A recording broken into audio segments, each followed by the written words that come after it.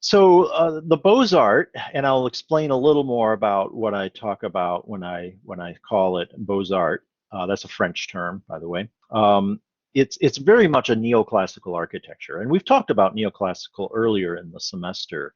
How it is an evolution of the Renaissance architecture that we began the semester with, and then that was, of course, rebirthing, reviving, classical architecture from antiquity, the ancient Greeks and Romans primarily. Um, and neoclassical was an evolution of that. It used many of the elements of classical Greek and Roman architecture and of the Renaissance, but in applied to new forms and types of buildings. All right, so Romans didn't have train stations.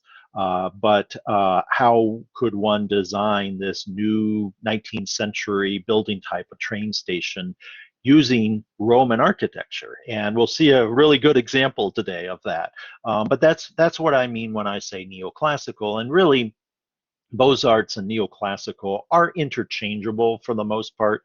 Certainly, for you all, scholars can get into the nitty-gritty and argue about the differences, but I'm not gonna expect you to take on that. So we're really seeing a continuation, because the neoclassical architecture we talked about previously was mostly from the 18th century, the 1700s. Now we're into the late 1800s, early 1900s, and here it's still with us, and it's still with us today.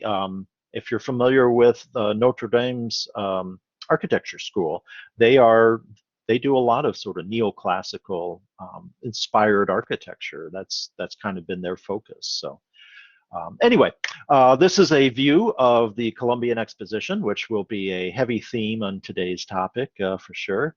But we'll give you a little bit of background first. This is Richard Morris Hunt. He's painted by a very famous American painter, John Singer Sargent. So that gives you a clue of how important a figure this is to get a famous painter to paint you. So Hunt is considered to be one of the first real professional architects in America, and really is an architect that transforms the profession, and not just architecture, the styles that we were building and things like that, but really helping to make architects and architecture more of a professional endeavor, and not just anybody can, hang a sign and say, hey, I'm an architect. I mean, back in the day, people could hang a sign and say, I'm a doctor too. And you didn't necessarily have to have a lot of formal training. I have an ancestor, actually, that started his life out as a butcher and then became a doctor and never went to medical school. So back in the day, if you broke your arm or got shot during the Civil War, they just sawed it off. So I tend to think that butchers made for good doctors in that era. But anyway, the same was kind of true for architects, and really helped to encourage and spread the idea of education, that architects ought to go to college. He was a co-founder of the American Institute of Architects, which we still have today. That is that association of architects to help kind of work together to say, hey, what are the standards that we ought to be following, good practices and things like that. And that started in the 1880s. And he went to the École des Beaux-Arts in Paris, which in the late 1800s was kind of the main architecture school. There weren't very many of them. You might, most architects, if you went to school, you probably learned engineering, and that was good because it helped you learn how to construct the structures. We talked about like William LeBaron Jenney, and be more of a structural engineer, but in the Chicago school. But l'École des Beaux-Arts was one of the few really schools that taught design, and the idea of what should architecture look like. Very much different than the conclusion that the Chicago school architects came to, which we'll see in a moment. Hunt, by the way, was also very instrumental in creating the vision and the form of the Columbian Exposition that we'll be talking about momentarily, and the City Beautiful movement that arose out of that. So one of the most significant events in Chicago history, it gets a star on the flag, is the Columbian Exposition from 1893. This was a World's Fair, just like we have talked about the London Fair that had the Crystal Palace and the Paris Exposition that had the Eiffel Tower. This was a similar thing, and actually in many ways was even bigger and grander than the earlier World's Fairs, and arguably is sort of the most significant and important of all the World's Fairs that have happened. It was the lead planner was Daniel Burnham, who we've talked about, Burnham and Root, and then after Root died, Burnham and Company with Charles Atwood as his primary designer. Frederick Law Olmsted, who we've talked about, Central Park, Riverside, many of the Chicago parks as well. He was in charge of overseeing sort of the landscape design of the fair. And this brought in pretty much all of the premier architects in America at the time, which mostly were Eastern architects, you know, more so than the Chicago school architects. Here's a painting of Daniel Burnham, and his famous quote, "Make no little plans. They have no magic. They're men's blood." Sometimes gets, you know, shortened, just like Sullivan's form ever follows function, gets shortened down to form follows function. Burnham's famous quote is often just shortened to "make no small plans" or "make no little plans." Same principle essentially, and it's a great quote for our theme here today, because the Columbian Exposition truly was a monumental undertaking. Chicago really touted itself to get this fair. There, you know, was competition around the country. New York really wanted it, and Chicago, the boosters from Chicago went to the planning committee and were so exuberant in their praise of Chicago and why Chicago would be the greatest city to host this, that some of their rivals in New York said, "Well, these guys are a bunch of windbags, you know, they're from the Windy City," and that's how Chicago gets its nickname, the Windy City, not because of the March winds that we're experiencing of late that come off the lake often, but in fact the boosterism that Chicagoans had to get the World's Fair for 1893. The boosterism failed a little bit. We got the fair, but the fair was supposed to happen in 1892. It was the centennial, or the 400th year from Columbus's arrival in the Americas in 1492. But the fair was in 1893, 1 year late. That's because they were just a little late getting it planned and together. But it turned out to be immensely popular. So we see a map of it. It was hosted down at what is today Jackson Park, down on the south side, along the lakefront. You can see Lake Michigan over here, and this little wing that sticks out over here, that is the famous Midway Plaisance that still exists as an open parkway at the University of Chicago. I'll come back to the plan here a little bit. Here's a detail of just the main exposition area with the main buildings. I cannot overemphasize what a dramatic impact this had to people who came to the fair. And even to many others who might not have been able to come to the fair, but saw, you know, postcards and pictures that people sent back. This wasn't just something that Chicagoans came to, you know, and that was it. People from all over the country came to this fair over the summer and fall of 1893.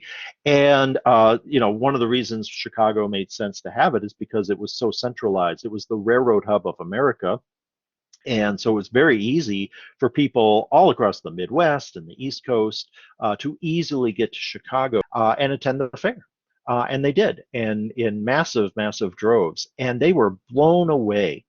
You know, cities in this era were dirty, they were crowded, they were crime-ridden, they could be dangerous, they were polluted. There was no such thing as the Clean Air Act. You know, factories belched out all kinds of nasty, you know, chemicals and so forth. The water wasn't safe to drink in many cases, because sewage and industrial waste was just dumped into rivers and lakes. And this was as a sort of temporary creation. It was a fantasy land. It's like going to Disney World. I mean, it really is, in the sense that people go there and they think, oh, wow, it's so wonderful. Everybody's so happy. And, there's no worry about crime. There's no worry about, all the things of life that worry people. And it's that fantasy escape. This is the equivalent of that era before Disney World and all that existed. And of course, there was no movie, there were no television, so there was no good way to sort of escape, right, your reality. But this was, and it was pretty affordable for Americans. Certainly middle class Americans could afford a ticket to come to a train ticket maybe, and an entry ticket to come here. It was, elaborate buildings. It was filled with lakes and canals. They called it almost Venetian in character, and they were all clean. They were well organized. There was no worry about crime here. It was just, like I say, this fantasy land, and people would go home and they thought, why can't my city be more like that? And it starts what we call the City Beautiful movement. This idea that we could do better than what our cities are, and we ought to do better. Here's just a chart that shows sort of some of those various expositions. Here's the London with the Crystal Palace from 1851. Here's the Paris Exposition with the Eiffel Tower from 1889. And you can see, this is in area, this just far exceeded any of the other expositions. The number of exhibits was greater than any that had been put on display before. They didn't quite match the numbers of attendees that Paris had done, but over 20 million people attended the Columbian Exposition. That was a lot of people back in 1893, even in a country the size of the United States. So, like I say, this was a lot more than just, Chicagoans and suburbanites coming. This people all over the country came out here. And it was, monumental in the things that were put on display. It was the first time most people really saw electric lighting in any large extent. If you had seen buildings with electric lights before, they were just bare light bulbs stuck on the wall or the ceiling. This was an entire city of lights, with street lights, with buildings outlined. As we saw in that first image, that night view, that was something people had never seen before. It was brand new. There were other technological innovations, industrial innovations, and machines, and all of that people were often seeing for the very first time, that we certainly take for granted ourselves nowadays. So Daniel Burnham was the planner, which means that he didn't design all the buildings. He was in charge of sort of organizing all of the other architects and designers and overseeing the construction, so that physically this would all come off and be successful. And it did. There were some doubts. I don't know. Has anyone read The Devil in the White City? A popular book. I don't know, about 10 or 20 years ago. It's kind of a dual story between the planning of the World's Fair and a serial killer on the South Side who sort of took advantage of all these young women that would come and rent up, rooms, as they were attending the fair. It's a little over exaggerated, probably, but if you haven't read it, I'm not getting too many. I don't get any answers that you've read it. It's a great read. It's a quick, simple read. They're supposed to make a movie out of it, but they've never gotten that far. Anyway, Richard Morris Hunt, we'll see shortly, was helped to really guide the style of what the fair would be. Louis Sullivan, we'll see, kind of broke from that mold, as he was tended to do, but for the most part, the fair turned out to be very much a Beaux-Arts neoclassical extravaganza. So here's a rendering of the fair as it looked, a kind of a romanticized view. You can see here's the lake. There were all kinds of sailboats and pleasure boats and steamers that could take you from downtown or across the lake in Michigan.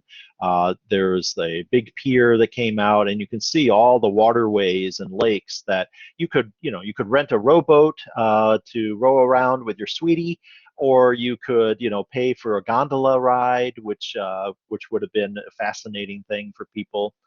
Remember, this is an era when people, it was very rare to be able to travel to Europe or a different country in this era. Be fairly wealthy to do that. So this was essentially bringing, for the most part, bringing Europe to the United States and allowing people to get a sense of what it might, be like to visit Venice or Paris or some exotic city like that. So there were a lot of photographs taken of the fair. Here's one of the Grand Basin. So this was the main court area at the center of the fair, and you can see all the large buildings dedicated to different themes. There was a machinery hall. There was, technological innovations, building for agriculture. The building with the dome at the very back here in the center, that was the administration building. That was designed by Richard Morris Hunt, and you can see it has a very sort of neoclassical look to it. You can see, and I'll show you more details, but there are other buildings that look neoclassical, very similar to what we had talked about in those earlier lectures with classical column orders, domes, Roman arches, and so forth.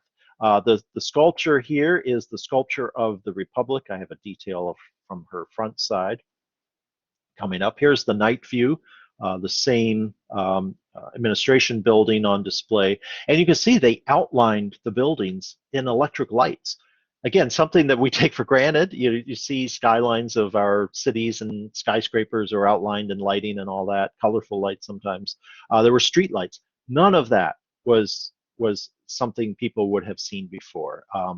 Sometimes cities and towns had like gas lamp street lights, but those didn't put off much light. Here we had street lights. We have strings of lights that people, commonly put out nowadays at cafes or, on their back deck or something. And then strings of lights that outlined the buildings. To see that, to come here at night, to feel safe, to walk around in the light and to see all of that just blew people's minds. They just had never experienced anything like that before. And it really inspired people to want their own cities to look like that. So here's a detailed view of the Statue of the Republic. Daniel Chester French, one of the most acclaimed sculptors in American history, was responsible for this. Here is a view of Machinery Hall designed by the Eastern firm of Peabody and Stearns. And you can see it has a temple front out here and a loggia of a classical colonnade. And then it has some sort of almost Seville-like towers here but you can see domes and Roman arches all scattered around. So again, neoclassical Beaux-Arts, it's taking the elements of classical architecture of Greece and Rome, and it's just sort of sticking them on to the board in different ways, in ways that were almost never done the way the Romans or the Greeks had done, and because they didn't have buildings like this, essentially. I should add too that all of these buildings were temporary. They were built mostly with steel frames, and they were covered in what's known as staff. It's basically, staff is like a plaster, almost a plaster of Paris that was only meant to hold up for a few months, and then it would quickly disintegrate over time in the weather, especially with Chicago winters and stuff. And it was meant to be torn down, and Jackson Park would be then reconverted back into just a traditional park. So the endeavor to build all of this, and it was all only meant to last a few months. That's a pretty incredible feat. This is a historic view of the transportation building. This was the building assigned to Adler and Sullivan. Of course, Louis Sullivan, who we talked about extensively in our Chicago School lecture. He was the only one to really break from the mold of white neoclassical buildings. This is more typical Sullivan. It's got this Roman arch that we saw, again, inspired by H. Richardson, heavily ornamented and decorated. There's other elements of Roman arches that are similar to the forms we saw, but there's no, Ionic orders and fancy dome, Renaissance domes or any that like Brunelleschi had done. And in fact, it was brightly colored. This is a painting based on the color scheme, we believe it was, almost a bright yellow scheme. And it basically got no attention by the architectural press and even by the public. They were so enamored with the pure white buildings that that's what attracted people's attention. And part of that was because even if you built a white marble building back in this era, it only took a few months and it would become blackened with soot. Coal, soot, and pollution was so pervasive in cities that a white building didn't stay white for very long. But because this was temporary, it was all built at once, it only lasted a few months, it never got dirty. And so people experienced it in this pure state, the lily white state, and they were mesmerized by that because they would have never seen anything like that. Like I say, any building that did get built like that was dirty in no time. So they weren't very attracted to Sullivan's yellow painted, overly ornamented transportation building. This is the building. An entire building was dedicated to the arts and crafts that produced by women. This is a building designed by a woman. Rare a moment in the late 19th century. Sophia Hayden was the architect. Here is Miss Hayden. She was the first woman to graduate from the architecture program at MIT. She graduated in 1890. She won the competition. There was a competition. A board of women worked with the fair planners, with Daniel Burnham, to be in charge of the women's building and to select the architect. And they wanted a woman to design the building. There weren't a lot to choose from in this era, and Hayden won the competition. She was only 21 years old. It's pretty young. And honestly, she didn't really have much experience. I mean, she was only 21. She barely graduated from school. She had a very difficult time getting a job because she was a woman and no males, architects wanted to hire her. They're like, well, you could be our decorator or something like that. So she really struggled. It's kind of a sad story because she was really touted and proclaimed in the press of, oh, we got a woman to design this building, but then they just kind of threw her in the pit, made her oversee construction and the planning of it. That was all men who probably didn't respect her and gave her a hard time. And eventually she quit and actually got so demoralized by the process that she quit architecture altogether. So it doesn't have a happy ending, unfortunately, but it kind of gives you a sense of the struggle that women were having to break into the profession in this era. One of you will be talking about a female architect in the Prairie School in your research, so a little different ending, fortunately. Another famous thing, we talked about this briefly with Frank Lloyd Wright, and that was at the center there of one of the big lakes was what they call Wooded Island. And the Japanese pavilion, the Ho'oden, was built on that island. Many of the countries around the world, European countries, Japan and China and others would create pavilions where they could also display art and culture and technologies that their own country had produced. And so the Japanese built a reproduction, here's a better view of it, a reproduction of a classical Japanese temple, something very similar to what we talked about last semester with Japanese architecture. And this was immensely inspiring and to Frank Lloyd Wright. Who saw this, immersed himself in it, and became a lover of all things Japanese. And really, as we talked about, sort of molded his prairie style architecture, about 7 years later on many of these forms and details of Japanese without copying. He never copied directly, but he was definitely heavily inspired by it. Here's another historic view. There aren't many photographs, there aren't many relics from the Ho'oden, sadly, but there were a few images to show us a little bit of what that looked like. And again, this would have been an opportunity to see Japanese architecture. I mean, Wright would travel to Japan in 1905, but before that, I mean, he couldn't afford to travel to Japan and see it for himself. So this was a way for him and others to see actual Japanese building, which was so different, of course, from anything they would have learned about, which was more European-centric and classical and Beaux-Arts and all of that. This was something radically different and really inspired them. The other great famous thing that come out of the World's Fair here was the Ferris Wheel. The planners knew they needed some kind of big attraction to attract, families who just wanted to come for fun and things like that. The Paris Fair had immense success with the tower designed by Gustave Eiffel. They could charge a fee to take the elevator to the top, and you got a great view of Paris. And there was a dining, I think there was a restaurant up at the top with wonderful vistas while you ate, and it made them a lot of money. And so the planners said, we need something that will make us a lot of money, because it was expensive to build all those buildings for only 3 months. And so George Washington Ferris Jr. said, hey, I got this idea. I'll make a big bicycle wheel, and people can ride in these cars, and they'll have this great vista of the lake and of the downtown loop, several miles north, and you can see as far as Iowa or something like that, and Michigan on a clear day. This was massive. These cars individually are about the size of a railroad boxcar.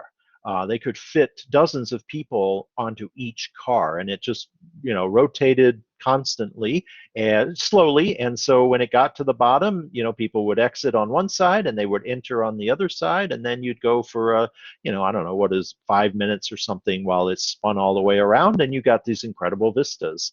So it did prove to be immensely popular. This is the Midway, or the Midway Plaisance, that I highlighted in that plan earlier. And this was the carnival aspect of the fair. This is where people, mostly families, would play games and go to, exotic shows. There was the Buffalo Bill and his Wild West show, where you could see him, fighting the savage Indians, or, there were African pygmies in another display, or Egyptian pharaohs types or something like that. Almost none of it would be politically correct today, for sure. But it was something exotic that, people didn't have television, they didn't have movies to kind of get that sense of exotic differences. And so it was a way to bring that to people, and, see something different than what was in their ordinary lives. And that proved very popular. And then, of course, all the buildings were torn down after the fair ended. And if you go to the University of Chicago today, the Midway Plaisance is this open, parkway or boulevard that, is the site of the Plaisance. And sometimes when they do excavations, they still find, little relics and stuff from the fair. Bea, you asked a question that I'm going to answer in a moment, and is Burnham a planner, a city planner, even though this was only a temporary thing? I'll give you your answer in just a moment. Couple more things. Here is the Palace of the Fine Arts, which we now call the Museum of Science and Industry. This was Burnham's building to design. So Charles Atwood, his chief designer, actually designed it. And this was meant to be the building that would house artwork, great art, and so it was actually designed to be more permanent. It was built out of stone. They wanted it to be more permanent, more fireproof, just in case something happened.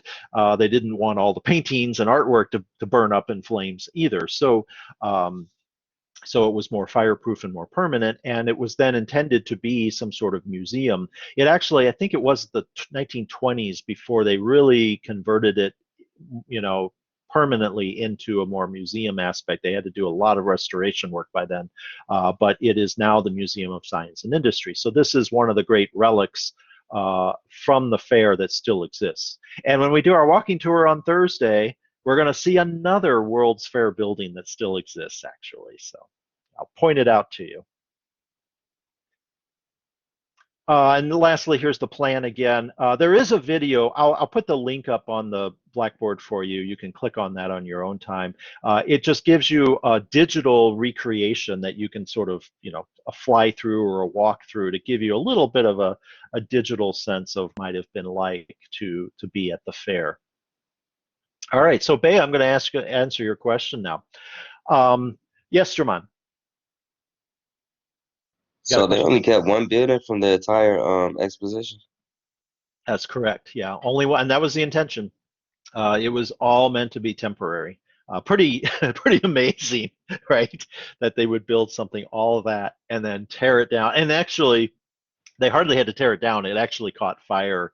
I don't know, before in the winter of that year, before they had done the demolition, somebody probably torched it, and it did, a lot of it burned.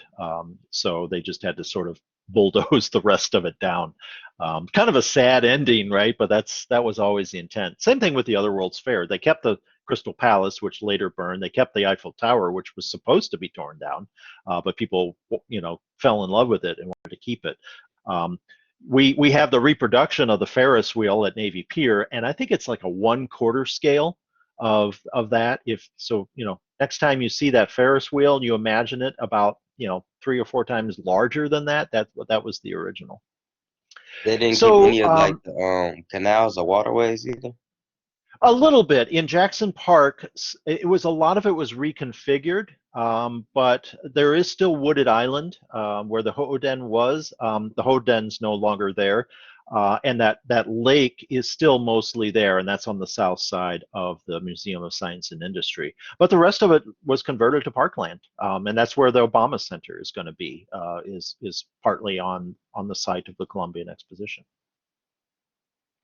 So this, like I say, it inspired people, ordinary people, and certainly, city officials and movers and shakers, to say, we should do better. Our cities could be better. We shouldn't have to live in dirty, crowded, nasty, polluted cities. And it really helped to spur what was known as the City Beautiful movement.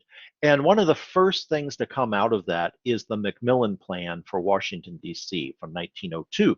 And look at the lineup of people that were in charge of this plan. Daniel Burnham, Frederick Law Olmsted, and someone we haven't mentioned, he was involved in the Columbian Exposition as well, Charles McKim. I'll talk more about him in a little bit. And the Macmillan Plan, which was finished in 1902, is really what gives Washington, D.C. its architectural flavor. It established the mall as it exists today. L'Enfant, the planner of Washington, D.C., the original planner, we talked about him before, he had the gridded, the gridded city with the angled boulevards and, certainly the location of the Capitol building here on the right and the White House over here. The Washington Monument, you can see sort of in the center, that was being built, earlier and finished earlier. But the mall was just kind of a nothing, it was just almost just a little grassy area. And it's the Macmillan Plan that says we should have this grand space that is, a place where people can gather, and we should put monuments at each end. Down here, where the Lincoln Memorial is today, that was cited. There was no Lincoln Memorial till later, but it was cited by this plan. The Jefferson Memorial over here, the tidal pool over here, and all the neoclassical buildings that get built along the mall, all the Smithsonian museums and the government buildings that are neoclassical or Beaux-Arts in style, all of that is from the Macmillan Plan, which has its origins in the Columbian Exposition. Here's the plan that they presented. You can see the Capitol building here on the right. Here's Pennsylvania Avenue that extends down to the White House. All of that was part of L'Enfant's plan. But he had a boulevard sort of greenway that extended out from the Capitol, which is now the mall. But the mall didn't exist the way we know it until after the Macmillan Plan and the vision that these planners had. And you can see all the little buildings that would later become mostly Smithsonian institution museums, and then government buildings and so forth that were envisioned by the Macmillan Plan. And of course, the Lincoln Memorial, the Jefferson Memorial, and the reflecting pool all were envisioned in this plan and then later actually implemented. Here is the view from the Lincoln Memorial, which wasn't finished until 1922. Essentially 20 years later. You can see the Jefferson Memorial over on the right. Of course, you got the reflecting pool.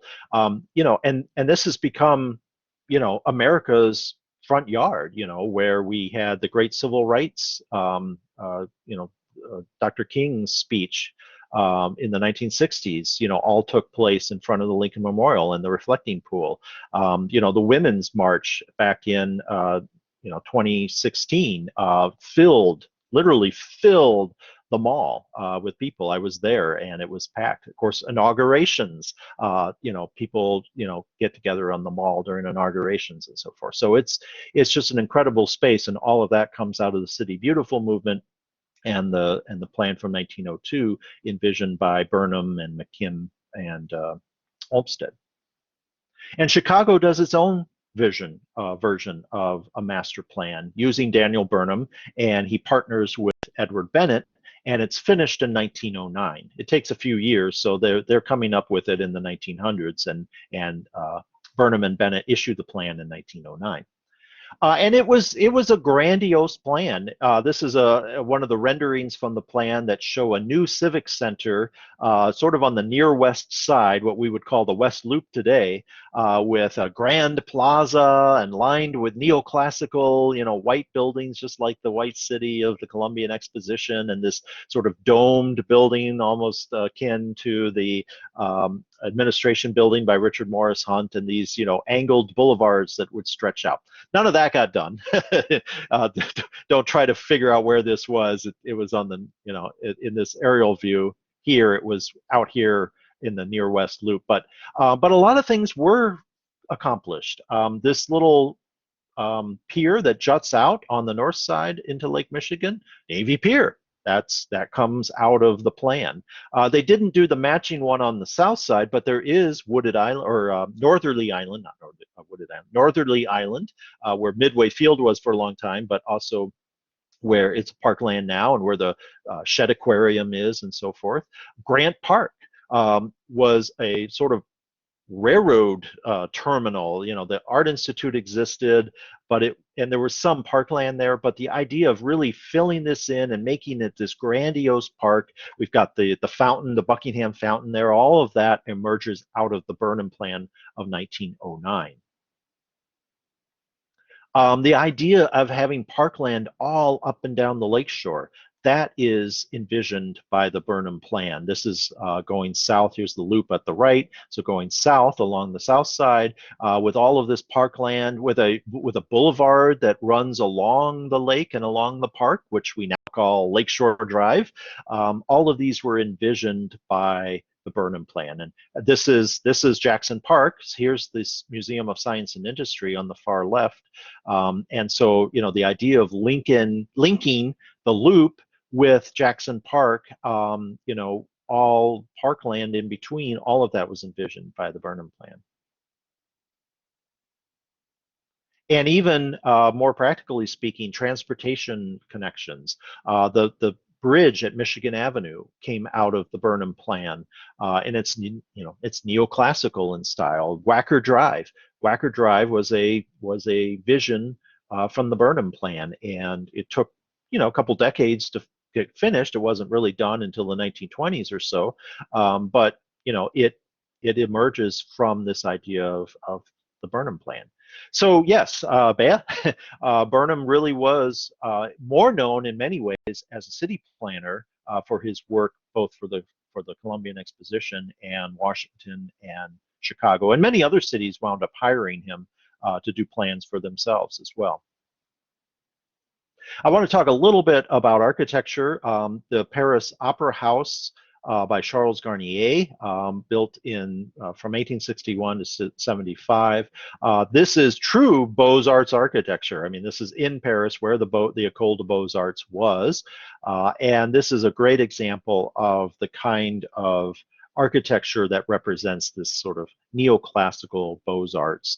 You can see the classical colonnades and the Roman arches, even a little bit of a dome here, but it is something that goes far beyond what we studied in Greek or Roman architecture. It's very much of the 19th century. And this is the type of architecture that lines the Parisian boulevards. When we talked about Baron Haussmann's plan for Paris, this type of architecture was popular and lines many of those boulevards.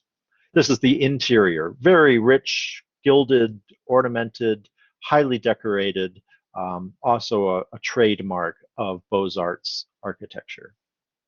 And the opera hall itself, again, very richly decorated. All of the boxes, you know, for the fancy, wealthy people, are ornamented and gilded in a rich way. And I want you to keep this one in your mind. In a moment, we'll talk, when we get to Art Deco, we'll talk about another example from the 1930s and a completely different approach to an auditorium like this. The Boston Public Library was designed by McKim, Meade, and White from 1887 to 1895. And I mentioned McKim. He was partner with William Meade and Stanford White, and they were one of the most premier architecture firms in America in the late 19th, early 20th century. They were based out of New York City. They did a lot of work in Boston and New York, and they were instrumental in working with Burnham on the Columbian Exposition, as well as we saw with the plan, the Macmillan plan for Washington, D.C. They worked in different styles, but they really were primarily working in the Beaux-Arts style. And the Boston Public Library is a great early example of that. Again, we see the Roman arches. We see a lot of symmetry and grandeur. Grandeur is a great term to describe Beaux-Arts architecture. It's monumental. It's you know, grandiose, and so we see it a lot in public buildings like a library or a courthouse, because it, you know, symbolized something grand and monumental. Here's the floor plan of it. And Beaux-Arts architects were known for creating very organized floor plans. On the left is the main level. You have this grand entryway with a great stair hall on axis. There's a courtyard in the middle, similar to the courtyards we've talked about, because you do need light and ventilation. But then you would rise up to the main level where you had on the bottom here on the right, the great reading hall. Similar to, if we remember when we talked about that Library Saint-Geneviève in Paris during the Industrial Revolution, that grand reading hall we talked about and showed that had expressed ornamental ironwork. In Beaux-Arts architecture, they covered all that up, right? It was more decorative with, you know, here we see tile mosaic, marble, very rich materials, you know, meant to, again, evoke a sense of prestige and honor. Here's the reading hall with a barrel vaulted ceiling that looks like it's right out of a Roman basilica, with the volutes and the coffers and rosettes and so forth. And one of their great works was Pennsylvania Station. This was in New York City. It was designed and built between 1904 and 1910. And this was their solution to what a railroad station should look like. And we talked about that again during our 19th century industrial lecture a few weeks ago. A very grand space. This was a massive train station, one of the biggest in the world at the time. It had to handle a lot of people with a lot of trains coming and going all the time. And so we see in plan that it had, you know, a great hall here in the center. It had a number of courtyards throughout and a lot of space all around it. It took up several city blocks in the middle of Manhattan. And a massive building like this, how do you organize this from a design standpoint and make it work? And they were very inspired by the baths of Caracalla in ancient Rome, which were giant buildings. This is even on a bigger scale than the Roman baths, but they could sort of blow that up. And there was plenty of documentation, of course, by this time of what those baths might have looked like. And so they really kind of mimicked the Roman baths. So we see almost a more literal interpretation of ancient Roman architecture here than we would typically find, like we saw in the Columbian Exposition buildings. Here's a view. You can see how big and massive this was. It's funny to see New York City in the early 1900s. This was around Midtown, before Midtown became, populated with skyscrapers all around. So all these low-rise buildings was more typical of New York until much later into the 1900s. But you can see here, the grand colonnaded wings at the front, and then the great hall, the great, waiting room or hall here with, these huge Roman arches to let in, massive amount of light into the main space. And here is a rendering view of the baths of Caracalla, which this building was based off of. So again, it made for an easy translation for McKim and Meade and White to say, hey, big open space, big being in ancient Rome, we can apply that to the concept of the railroad station here. On the inside, there were areas like this where the iron and steel framing were more exposed, and you had a lot of skylights and so forth. So they didn't always completely, cover everything up with marble and mosaic, just because of the scale of this.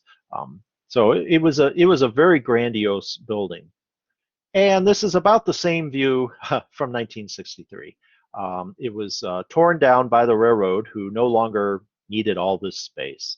The railroad platforms were actually underground, and they felt like, hey, we can have a small waiting room up on top with some restrooms, and the rest of it we can sell off to developers, because by this time Midtown is booming and the price of real estate had gone so high that the railroad felt they could make a lot of money by selling off the land.